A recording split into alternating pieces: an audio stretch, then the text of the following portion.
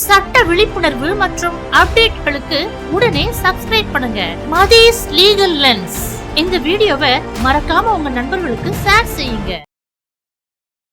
Please sir, approval கொடுங்க. என் அம்மா உயிருக்கு போராடிட்டு இருக்காங்க. என்னது கிளைம் ரிஜெக்டா? உங்கள் ஹெல்த் இன்சூரன்ஸ் கம்பெனி உங்க ட்ரீட்மெண்ட்கான பணத்தை கொடுக்க மறுத்தால் என்ன செய்யணும்னு தெரிஞ்சுக்க மதீஸ் லீகல் லென்ஸ் சேனலை முழுசா பாருங்க. இப்போ முதல்ல நம்ம ஒரு ஹெல்த் இன்சூரன்ஸ் போடணும்னாக்கா என்னென்ன விஷயங்கள் சட்டப்படி தெரிஞ்சுக்கிட்டு அதை போடணும். ஹெல்த் இன்சூரன்ஸ் அப்படிங்கிறது insurance regulatory and development authority of India அப்படிங்கிற ஒரு ஸ்டாச்சுட்டரி பாடியால கவர்ன் ஆகிற ஒரு அமைப்பு.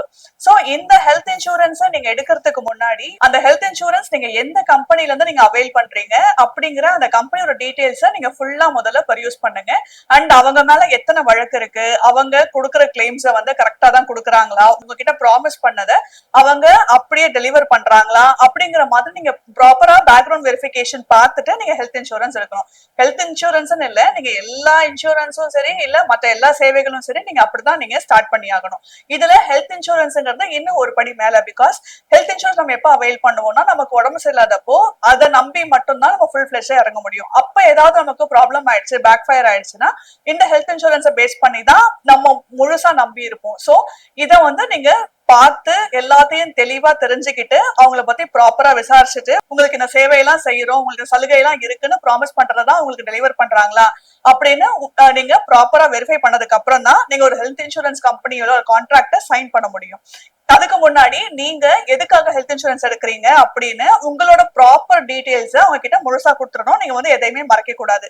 இன்கேஸ் நீங்க மறைச்சீங்க அப்படின்னா அதை பேஸ் பண்ணி உங்களோட கிளைம் ரிஜெக்ட் பண்றதுக்கு சான்சஸ் இருக்கு. பொதுவா பாலிசி எடுத்த ஒரு 5 வருஷம் கழிச்சு அந்த இன்சூரரால உங்களுக்கு தேவைப்பட்ட அந்த கிளைமை ரிஜெக்ட் பண்றதுக்கு வந்து ரைட்ஸ் இல்ல, அன்லெஸ் அண்ட் அதர்வைஸ் நீங்க ஃப்ராட் பண்ணிருக்கீங்கன்னு இன்சூரரால ப்ரூவ் பண்ணும் பட்சத்துல. ப்ரீ எக்ஸிஸ்டிங் டிசீஸ்னு சொல்லுவோம். சோ அந்த மாதிரி நமக்கு இருக்கிற நம்ம உடல் உபாதைகள் நீங்க எல்லாத்தையும் தெளிவா மென்ஷன் பண்ணி அவங்க கிட்ட எக்ஸ்பிளைன் பண்ணிட்டு நீங்க இந்த பாலிசி எடுத்திருந்தீங்க அப்படின்னா அவங்க உங்க ப்ராப்ளம்க்கு ஏத்த மாதிரி ஒரு ஹெல்த் இன்சூரன்ஸ் அவங்க சஜஸ்ட் பண்ணுவாங்க. சோ நீங்க அதை எடுத்துக்கிட்டீங்கன்னா உங்களுக்கு நாளைக்கு உங்களுக்கு இந்த கிளைம் இஷ்யூ அந்த மாதிரி வரத கொஞ்சம் நீங்க அவாய்ட் பண்ண முடியும். நீங்க யார்கிட்ட இருந்து ஹெல்த் இன்சூரன்ஸ் எடுக்கிறீங்களோ அவங்களோட நெட்வொர்க் ஹாஸ்பிட்டல்ஸ் என்னென்ன, அந்த நெட்வொர்க் ஹாஸ்பிட்டல்ஸ்லாம் உங்க ஏரியால தான் இருக்கா, உங்களுக்கு கம்ஃபர்டபுளான ஹாஸ்பிட்டல்ஸ் தானா அப்படிங்கறதையும் நீங்க ப்ராப்பரா செக் பண்ணணும். அண்ட் இந்த ஹெல்த் இன்சூரன்ஸ் உங்களால எல்லாத்துக்கும் அவைல் பண்ண முடியாது, அவங்க சில எக்ஸ்க்ளூஷன்ஸ் வச்சிருக்காங்க. அதை நான் போக போக சொல்றேன். இப்ப ஹெல்த் இன்சூரன்ஸ்ல வந்துட்டு நம்ம எந்த விஷயத்தையும் மறைக்க கூடாது. அப்படி மறைச்சாக்கா கிளைம் வந்துட்டு ரிஜெக்ட் ஆகும்னு சொன்னீங்க. என்னென்ன விஷயங்கள்லாம் நம்ம மறைக்காம இருந்தாக்கா கிளைம் போது வந்துட்டு நமக்கு சிக்கல் இல்லாம இருக்கும்? உங்களை பத்தி தெளிவா நீங்க உங்களை பொண்ணு பார்க்க போகும்போதோ மாப்பிள்ள பார்க்க போகும்போதோ உங்க ஃபியூச்சர் ஹஸ்பண்டோ வைஃப் கிட்ட நீங்க ரிவீல் பண்றீங்களோ இல்லையோ ஹெல்த் இன்சூரன்ஸ் கம்பெனி கிட்ட நீங்க உங்களோட ஹெல்த் இஷ்யூஸை பத்தி நீங்க right from top to bottom நீங்க ரிவீல் பண்ணி ஆகணும். அதாவது உங்களுக்கு ஏதாவது ப்ரீ எக்ஸிஸ்டிங் டிசீஸ் இருந்துச்சா, எப்போ இருந்தது, எப்ப சரியாச்சு, யார பாத்தீங்க, என்ன இன்டர்வெல்ல உங்களுக்கு இந்த ப்ராப்ளம் அரைஸ் ஆச்சு, அதுக்கப்புறம் உங்களுக்கு தண்ணி அடிக்கிற பழக்கம் இருக்கா, ஸ்மோக் பண்ற பழக்கம் இருக்கா, சுகர் இருக்கா, ஹைப்பர் டென்ஷன் இருக்கா, பிபி இருக்கா, உங்களுக்கு என்னென்ன அலர்ஜிஸ் இருக்கு, உங்க ஃபேமிலிக்கு மெடிக்கல் ஹிஸ்டரின்னு இருக்கும் இல்லையா, சோ பரம்பரையா சில வியாதிகள் வரலாம். சோ அந்த மாதிரி ஏதாவது மெடிக்கல் ஹிஸ்டரிஸ் இருக்கா அப்படிங்கறத தெளிவா நீங்க அந்த இன்சூரன்ஸ் கம்பெனி கிட்ட ரிவீல் பண்ணிட்டீங்க அப்படின்னா அவங்க உங்களுக்கு ஏத்த மாதிரி உங்களத கஸ்டமைஸ் பண்ணி கொடுப்பாங்க. இந்த ப்ரீ எக்ஸிஸ்டிங் டிசீஸ்ல இப்ப நான் சொன்ன மாதிரி ஆஸ்மா, பிபி, சுகர், கேன்சர் எல்லாமே நீங்க உள்ள மென்ஷன் பண்ணணும். உங்க லைஃப் ஸ்டைல் ஹேபிட்ஸ்ல அதாவது நீங்க டெய்லி ரெகுலரா என்னென்ன பண்ணுவீங்க, காலைல எந்திரிச்சதுல இருந்து முடிகிற தட் இஸ்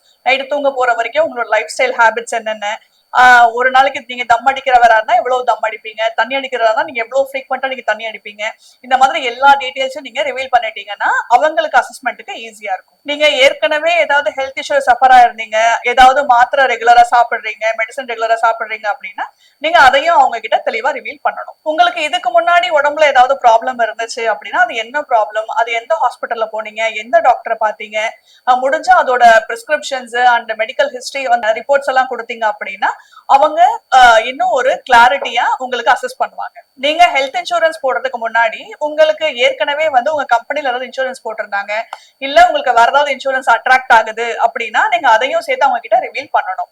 அப்பதான் அதுல எதுவுமே இல்லாத மாதிரி இதுல என்னென்ன உங்களுக்கு சலுகை கொடுக்க முடியும் அப்படிங்கறத பார்த்து அவங்க உங்களுக்கு கைட் பண்ணுவாங்க. நீங்க டாக்டரை பார்க்கும்போது உங்களுக்கு இது பண்ணணும், உங்களுக்கு இந்த சர்ஜரி பண்ணணும், உங்களுக்கு இந்த மாத்திரை நீங்க ரெகுலரா எடுத்துக்கணும், உங்களுக்கு இன்னும் கொஞ்ச காலத்துல வேற ஏதாவது ப்ராப்ளம் வர சான்சஸ் இருக்கு அப்படிங்கிற மாதிரி உங்ககிட்ட டாக்டர்ஸ் ஏதாவது அட்வைஸ் கொடுத்திருந்தாலும் நீங்க அதையும் அந்த இன்சூரன்ஸ் கம்பெனி கிட்ட ப்ராப்பரா நீங்க உண்மையா சொல்லணும். இப்ப நான் சொன்ன விஷயத்தெல்லாம் நீங்க ப்ராப்பரா ஃபாலோ பண்ணீங்க அப்படின்னா சரியான நேரத்துல உங்களுக்கு கிளைம் இஷ்யூஸ் எதுவும், அதாவது உங்களோட ப்ராப்ளம்க்கு கிளைம் அட்ராக்ட் ஆகாது அப்படிங்கிற ரிஜெக்ஷன் இஷ்யூஸ் எதுவுமே ஃபேஸ் பண்ணாம உங்களை காப்பாத்திக்க முடியும். இன்கேஸ் அந்த பாலிசியில நீங்க சைன் பண்ணிருப்பீங்க, ஆப்வியஸ்லி எல்லாருமே என்ன இருக்கு அப்படின்னு படிச்சு பார்க்காம தான் சைன் பண்றீங்க, நான் இல்லைன்னு சொல்ல மாட்டேன். சோ அப்படி ஏதாவது இன்டைரக்டா பாலிசியோட கிளாசஸ் ஏதாவது வயலேஷன் ஆகுற சான்சஸ் இருந்துச்சு அப்படின்னா நீங்க அவங்க கிட்ட ரிவீல் பண்ணும்போது அவங்க உங்களுக்கு ப்ராப்பரா கைட் பண்ணி அந்த மாதிரி விஷயத்துல இருந்து உங்களை சேவ் பண்ணிக்க முடியும். ஒரு காமன் ஹெல்த் இன்சூரன்ஸ்ல இருந்து நீங்க சொல்ற உங்க ஹெல்த் ப்ராப்ளம்ஸ பேஸ் பண்ணி அவங்க உங்களுக்கு தேவையான இல்ல உங்களுக்கு சரியான ஹெல்த் இன்சூரன்ஸ் பிளான சஜஸ்ட் பண்றதுக்கும் இது ஹெல்ப்ஃபுல்லா இருக்கும். இப்போ ஒவ்வொரு ஹெல்த் இன்சூரன்ஸ் கம்பெனியும் ஒவ்வொரு ஏரியாலும் ஒரு குறிப்பிட்ட ஹாஸ்பிட்டல்ஸ் தான் அவங்களோட நெட்வொர்க்ல வச்சிருக்காங்க. அப்படின்னுக்குள்ள அந்த இன்சூரன்ஸ் எடுத்தவர் அந்த நெட்வொர்க்ல இருக்க ஹாஸ்பிட்டல் ட்ரீட்மெண்ட் சரியில்லை, அவங்களோட ட்ரீட்மெண்ட் வந்துட்டு அவருக்கு திருப்தி அளிக்கலன்னு சொல்லிட்டு அதே ஏரியால வேற ஹாஸ்பிட்டலுக்கு போய் அவங்க ட்ரீட்மெண்ட் எடுக்கிறாங்க அப்படின்னாக்கா அந்த கிளைமை வந்துட்டு இன்சூரன்ஸ் கம்பெனி வந்து ரிஜெக்ட் பண்ண முடியுமா?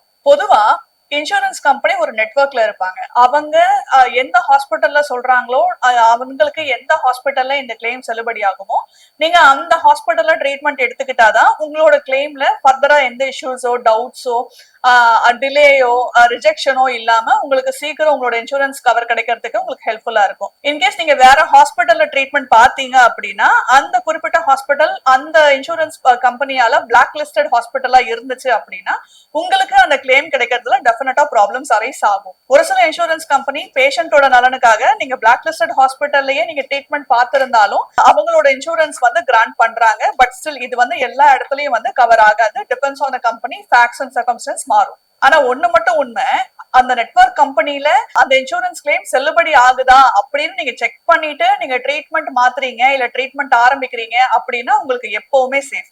இன்கேஸ் நீங்க ட்ரீட்மெண்ட் பாக்குற ஹாஸ்பிட்டல் பிளாக் லிஸ்டட் ஹாஸ்பிட்டலா இருந்துச்சுன்னா உங்களோட கிளைம் மெஜாரிட்டி ரிஜெக்ட் தான் பண்ணுவாங்க. இப்படி ஹாஸ்பிட்டல் மாத்துறதுக்கோ இல்ல ட்ரீட்மெண்ட் ஸ்டார்ட் பண்றதுக்கோ உங்களோட ஹெல்த் இன்சூரன்ஸ் பாலிசியில என்ன கிளாசஸ் இருக்குன்னு பாருங்க. சோ அதை பேஸ் பண்ணி தான் உங்களோட எல்லா டேர்ம்ஸுமே வந்து கவர்ன் ஆகும். நீங்க இப்படி சேஞ்ச் பண்ணும்போது ப்ராப்பரான பிரிஸ்கிரிப்ஷன்ஸோ ரிப்போர்ட்ஸோ கொடுக்கல அப்படின்னா நீட் ஆஃப் டாக்குமெண்ட்ஸ்க்காக கூட அவங்க உங்களோட கிளைமை ரிஜெக்ட் பண்ணலாம். இப்போ நீங்க எந்த ஹாஸ்பிட்டல்ல பாத்துட்டு இருக்கீங்களோ அந்த ஹாஸ்பிட்டல் வந்து இன்சூரன்ஸ் கம்பெனியால கவர்ன் பண்ண ஒரு ஹாஸ்பிட்டலா இருந்து அந்த ஹாஸ்பிட்டல்லயே வந்து உங்களுக்கு ஃபுல் ஃபிளெஜ்டா ட்ரீட்மெண்ட் கொடுக்குறாங்க, அது மூலமாவே உங்களுக்கு குணமாக முடியும் அப்படிங்கிற பட்சத்துல இருந்து நீங்க அப்போ வேற ஒரு ஹாஸ்பிட்டலுக்கு தேவையில்லாம இல்ல இந்த ரீசனுக்காகத்தான் நான் போனேன் அப்படின்னு ஜஸ்டிஃபை பண்ணிக்க முடியாத மாதிரி ஒரு சிச்சுவேஷன்ல நீங்க வேற ஹாஸ்பிட்டல் போய் ட்ரீட்மெண்ட் பாத்தீங்க அப்படின்னா அப்பவும் உங்களோட கிளைம் ரிஜெக்ட் ஆகிறதுக்கு சான்சஸ் இருக்கு. சோ நீங்க ஹெல்த் இன்சூரன்ஸ் எடுக்கும் போதே list of black listed hospitals என்னென்ன, லிஸ்ட் ஆஃப் நெட்வொர்க் ஹாஸ்பிட்டல்ஸ் என்னென்ன அப்படின்னு நீங்க கிளீனா லிஸ்ட் வாங்கி வச்சுக்கிட்டீங்க அப்படின்னா உங்களுக்கு ப்ராப்ளம் இருக்காது. அந்த மொமெண்ட்ல உங்களால அவங்களை கான்டாக்ட் பண்ணி அந்த மாதிரி உங்களுக்கு எந்தவித கஷ்டமோ டென்ஷனோ இல்லாம உங்களால உங்க ஹெல்த்தை நல்லா பாத்துக்க முடியும், உங்களுக்கு வேண்டியவங்களையும் நல்லா பாத்துக்க முடியும். இதுக்குதான் ஹெல்த் இன்சூரன்ஸ் கம்பெனிஸோட டேர்ம்ஸ் அண்ட் கண்டிஷன்ஸையும் சரி கிளாஸஸையும் சரி நீங்க அவங்க கிட்ட எவ்வளவு கேள்வி கேட்க முடியுமோ நீங்க அவங்க கிட்ட கேட்டு நீங்க ஒரு கிளியர் ஐடியா வந்ததுக்கு அப்புறம் தான் நீங்க பாலிசி எடுத்துக்கணும். அப்பதான் உங்களுக்கு சேஃப். உங்களோட hospital records, medical reports, prescriptions, உங்களுக்கு செலவான எல்லா பில்லையும் சரி நீங்க சேஃபா வச்சுக்கணும். அப்பதான் வந்து உங்களுக்கு கிளைம் ஏதாவது நீங்க ரேஸ் பண்ணீங்க அப்படின்னா உங்களுக்கு அது ஹெல்ப்ஃபுல்லா இருக்கும். நாளைக்கு இந்த டிஃபரன்ஸ் ஆஃப் அமௌண்ட் ஏதாவது வந்துச்சு அப்படின்னா உங்களுக்கு அதெல்லாம் சப்போர்ட் பண்ணும். கன்சியூமர் கோர்ட் என்ன சொல்லியிருக்காங்க அப்படின்னா இந்த மாதிரி ஒரு ஹாஸ்பிட்டல்ல இருந்து இன்னொரு ஹாஸ்பிட்டலுக்கு நீங்க ட்ரீட்மெண்ட்காக போறீங்க, அந்த ட்ரீட்மெண்ட் உங்களோட ஹெல்த் சப்போர்ட் பண்ணுது, அது இல்லைன்னா நீங்க சஃபர் ஆயிருப்பீங்க. சோ அந்த ட்ரீட்மெண்ட் எடுத்ததுனாலதான் உங்க ஹெல்த் இப்ப நல்லா இருக்கு அப்படிங்கிற மாதிரி உங்களுக்கு மெடிக்கல் கண்டிஷன் மெடிக்கல் ரிப்போர்ட் இருந்துச்சு அப்படின்னா அந்த மாதிரி கிளைம் இன்சூரன்ஸ் கம்பெனி சப்போர்ட் பண்ணணும் அப்படின்னு கன்சியூமர் ஃபோரம்ஸ் நிறைய ஆர்டர் பாஸ் பண்ணியிருக்காங்க. ஒரு பிரின்சிபல் தனக்காக நீ இந்த விஷயத்த பண்ணு அப்படின்னு கொடுத்த பவர் ஆஃப் அட்டார்னி அவர் உயிரோடு இருக்கிற வரைக்கும் தான் செல்லும். இன்கேஸ் அந்த பிரின்சிபல் இறந்ததுக்கு அப்புறம் அந்த பவர் ஆஃப் அட்டார்னி பிரின்சிபல் உயிரோட இருக்கிற மாதிரியே சில சொத்து பரிவர்த்தனைகள் செஞ்சாங்க இல்ல ஏதாவது கைமாத்தி கொடுத்தாங்க அப்படின்னா அது வந்து மோசடி. சோ அந்த மாதிரி டிரான்சாக்ஷன்ஸ் வந்து எதுவுமே செல்லாது. ஒருவேளை அந்த பவர் ஆஃப் அட்டார்னி எழுதி கொடுத்த பிரின்சிபல் உயிரோட இருக்கும் போது அந்த பவர் ஹோல்டர்